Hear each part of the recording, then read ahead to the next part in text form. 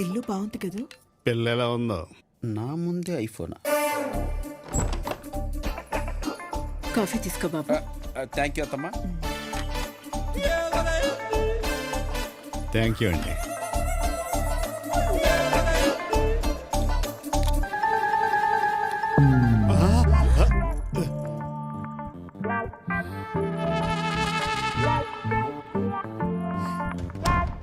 చెప్పేమంటారా? వద్దులే, పెళ్ళయ్యాక వాళ్ళే తెలుసుకుంటారు మనో టాలెంట్ ఏంటో. డాడీ ఇది వదలవా? బాగుందిగా. ఇంకా నుంచున్నావేంటి? వెళ్ళి అమ్మాయిని తీసుకురా. అలాగేనండి. వచ్చేస్తుందండి. ఈ అలవాటు మీ ఇంట్లో ఎవరికన్నా ఉందా? మీ నాన్నకు ఉంది కదా.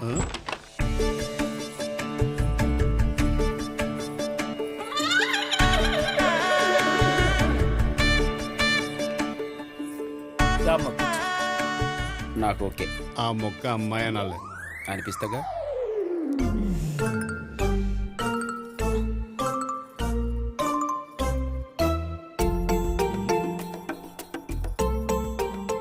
ఏయ్, ఏంటి వెతుకుతున్నావు? నా ఫోన్ ఎక్కడ పెట్టానో మర్చిపోయానండి. నువ్వేది అంత ఈజీగా మర్చిపోయే రకం కాదే. హాస్యమా? కాదు, రొమాన్స్. మీరేదో మాట్లాడుకుంటున్నట్టున్నారు. నన్ను అడగొచ్చు కదా. నన్ను అడగొచ్చు.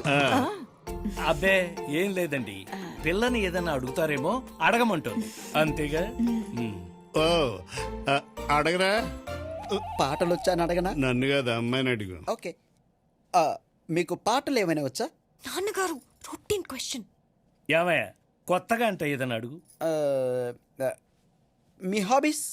నాన్నగారు మళ్ళీ రొటీన్ క్వశ్చన్. ఇంకా కొత్తగా అంటే ఏదైనా ట్రై చేయరా?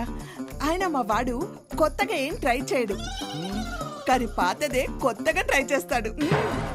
ఇందాకే కొత్తగా ట్రై చేశాడు, సక్సెస్ కూడా అయ్యాడు. వీడికి వాడాలి హోమియోపతి. మీరేమంటున్నారో నాకేం అర్థం అవట్లా. మాకు అర్థం అవుతుంది, ముందు ముందు మీకు కూడా అర్థం అవుతుందిలేండి. నీ గురించే. మీకు వంట అది వచ్చా? అది అంటే? అది అంటే వంటలు. వంటలు నాన్నగారు అన్ని రొటీన్ క్వశ్చన్సే. ఏమండి, నా ఫోను. అబ్బా, ఎక్కడో పెట్టి మర్చిపోయి ఉంటాం. పెళ్లి చూపులయ్యాక వెతికిద్దాం, నోరు ముయ్. మీరేదో మాట్లాడుకుంటున్నారు, అదేదో నన్ను అడగొచ్చు కదా.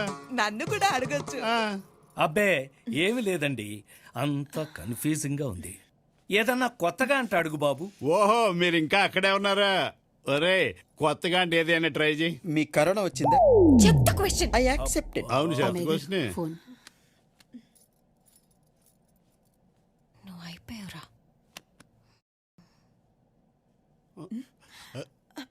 నా ఫోన్ రింగ్టోనే. దొరికేశానా? ఏమండి, నా ఫోన్ అండి. స్విచ్ ఆఫ్ చేయొచ్చుగా. చెప్పలేదా నువ్వు? ఏంటది? అందుకే నన్ను అడగొచ్చు కదా అని మీకు చాలా సార్లు ఇంటిచ్చాను. హింటా? మా వాడికి బోల్డ్ అంత ఆస్తుందని మీకు తెలుసు కదా. తెలిస్తే దాంతో బట్టే ఈ చిన్న హ్యాబిట్ కూడా ఉంది. ఏంటది? మా వాడు ఎక్కడికి వెళ్ళినా గుర్తుగా ఉంటది కదా అని ఏదో ఒక ఆర్టికల్ నొక్కేయటం అలవాటు. ఏంటి ఇలాంటి పెళ్లి చూపులకు వచ్చినప్పుడు కూడా? పెళ్లి చూపులేటండి, ఏదైనా టీ స్టాల్కి వెళ్ళినా చిన్న స్పూన్ అన్నా తెచ్చుకోకుండా రాడు. జ్ఞాపకాలు పోగేసుకునే అలవాటు. వీడి జ్ఞాపకాలతో అప్పుడే 2 రూములు నిండిపోయాయండి. ఏంటి అప్పుడే 2 రూములు? 2 రూములు ఏంటండి, ఇప్పుడు షెడ్ వేద్దామని చెప్పి ప్లాన్ కూడా ఓకే చేసాం. Thank you so much daddy. చాలా అవసరం. మీరు మమ్మల్ని అర్థం చేసుకున్నారు, అదే మాకు సంతోషం. ఈ అలవాటుని ఏమంటారో తెలుసా? ఏమంటారండి? క్లెప్టోమేనియా. చేతి వాటం. మా వాడి చేయి చాలా మంచిదండి. Yes daddy. సిగ్గు లేకపోతే సరే, దొంగ రాస్కల్. ఏంటండి మాటల్లో చేంజ్ కనపడుతుంది? These are all my hobbies. ఇందులో తప్పేముంది? It's my memories. అబ్బా, ఇందులో నీకు తప్పేమీ కనిపించలేదా? హలో, పిలిచిచ్చేది జ్ఞాపకం, చెప్పకుండా నొక్కేస్తే అది దొంగతనం. మీకు దోచుకోవటమే కానీ అడిగి తీసుకోవటం తెలీదు. జార్జీ, ఏంటండి పెళ్లి చూపులు కానీ పిలిచి దొంగతనం అంట కడతారా? దొంగని దొంగ అంటే తప్పొచ్చిందా? దానికి ప్రేమ నేర్పాను కానీ మీలాగా దొంగతనం నేర్పలేదు. పెళ్ళైతే అది నేర్చుకుంటే దాని కాలి గోటికి కూడా సరిపోరు మీరు. అలాంటిది మీతో వియ్యాలేంటి కయ్యాలేంటి గెట్ అవుట్. ఏవే నువ్వు కోపం వచ్చినప్పుడు నన్ను అంటావు అదేంటది ఐ హేట్ యు. అది I hate your family. I తుఫ్ యువర్ ఫ్యామిలీ. ఐ డబుల్ తుఫ్ your family. I to your family. అయితే ఇది ఇప్పుడు అప్పుడే తెలియలేదు. పదరా ఇంకో పెళ్లి చెప్పు. పండి. ఒక నిమిషం.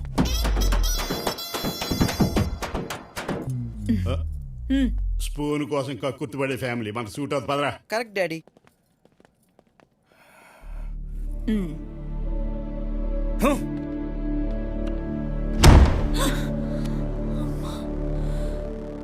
ఇది కోపం కాదు, బాధ. కోపం తగ్గడానికి కన్సలేషన్ కావాలి, బాధ తగ్గడానికి నిశ్శబ్దం కావాలి. అలాగైంది. Thank you. Thank you sir. Anything else? Nothing more. Thank you sir. వాడు జ్ఞాపకాలు పోగేసుకునే దొంగ గనక గొడవ లేకుండా పోయింది. సడన్ గా చెప్పారు మా నాన్నగారు నేను చూసుకోవడానికి పెళ్లి వాళ్ళు వస్తున్నారని. ఏదో అలా జరిగింది కాబట్టి అప్పటికి తప్పించగలిగాను. కానీ అలా ప్రతిసారి జరగదు. ఎదురు చూసి ఎదురు తిరిగే కన్నా ఎక్కడికైనా వెళ్ళి మనం పెళ్లి చేసుకుందాం విజయ్. చెప్పు విజయ్, ఏదో ఒకటి చేద్దాం. చెప్పు, ఏం చేయాలి? ఏం చెయ్యకూడదో మొదట తెలుసుకుంటే ఏం చేయాలో మనకే తెలుస్తుంది. మరేం చేయకూడదు? లేచిపోకూడదు, పరిస్థితులను వదిలేసి పారిపోకూడదు, అలా అని మనం మన వాళ్ళ మీద ఎదురు తిరగకూడదు. యుద్ధం జరగకూడదు కానీ విజయం మాత్రం కావాలన్నట్టుంది నువ్వు చెప్పింది. అవును, యుద్ధం జరగకూడదు కానీ విజయం మాత్రం కావాలి. అదెలా సాధ్యం Vijay? Chances are the mentors to make a path అంటారు. అంటే వచ్చే ప్రతి అవకాశాన్ని అందుకు ఉపయోగించు. ఎలా? కలిసి ఉండాలన్న ఒక గట్టి నిర్ణయానికి మనం వచ్చాక ఆ నిర్ణయమే మనల్ని నడిపిస్తుంది. అదే మన గైడ్, అదే మన మెంటర్. చూస్తూ ఉండు ఎలా నడిపిస్తుందో. హలో, అవునా? ఏ హాస్పిటల్లో? ఇప్పుడే వస్తున్నాను. ఏమైంది? రాము వాళ్ళ నాన్నగారు సూసైడ్ అటెంప్ట్ పద, చేసుకున్నారంట. నేను కూడా వస్తా. పద వెళ్దాం.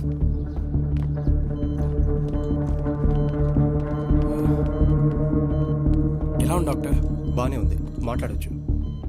అంకుల్, రేయ్, ఎప్పుడు స్ట్రాంగ్గా ఉండే అంకుల్ ఇలా వీక్ మైండెడ్ ఎలా అయిపోయారా? నాన్నకి మొదటి నుంచి కూడా సొంత ఇల్లు కట్టుకోవాలనే కోరిక. దానికోసం రూపాయి కూడబెట్టి ఒక ₹1 కోటి పోగు చేసి బయట ఒక 50 లక్షలు అప్పు తీసుకుని 1.5 కోటి పెట్టి మొన్న ఈ మధ్యన సైట్ కొన్నారు. తర్వాత ఎవరి ద్వారానో తెలిసింది అది మన మీద కాకుండా ఇంకోళ్ళ పేరు మీద కూడా రిజిస్టర్ అయిందని. రిజిస్టర్ ఆఫీస్కి వెళ్తే మోసపోయినని తెలుసుకున్నారు. అప్పుడు మనకి సైట్ అమ్మినాడి దగ్గరికి వెళ్ళి అడిగితే అసలు నాకు నీకు సంబంధం లేదు, ఇక్కడ నుంచి బయటకు వెళ్ళిపో అన్నాడంట. కనీసం డబ్బులైనా తిరిగి ఇచ్చేబట్టే నీకు ఎందుకు ఇవ్వాలో చెప్పి గుడ్డలు పెట్టి కొట్టించాడంట. ₹1 కోటి పోయి, కొన్న సైట్ పోయి, 50 లక్షల అప్పులు మిగిలి అవమానంతో ఏం చేయాలో తెలియకేలా మోసగాళ్లతో పోరాడలేక ఓడిపోయాను. తెచ్చిన చోట సిగ్గుతో నిలబడలేక ఇలా చేశాను.